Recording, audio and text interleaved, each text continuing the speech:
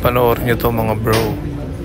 Bolinhan si Champ Efren sa 2. Pero merong konting aberya ron sa 4. Wala kasing hulog ang 4. Dito natin makikita kung ano o katibay at gano'ng ang dunong ni Champ Efren. Tingnan nyo mga bro kung anong gagawin niya rito.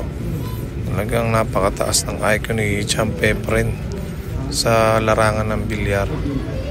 Napakahirap. Talagang inisip na maayos si Champ Efren mga bro. Tingnan natin.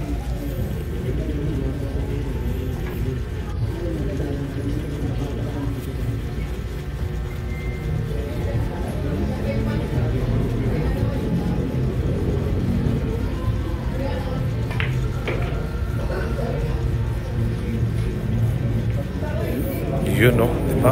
Nailagay niya sa kumbina.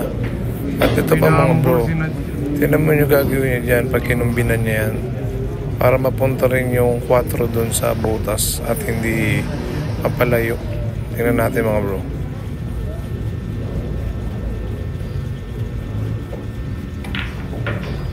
Yun diba? Problem solved. Wala na, tutok na lahat. Ubus na yan mga bro.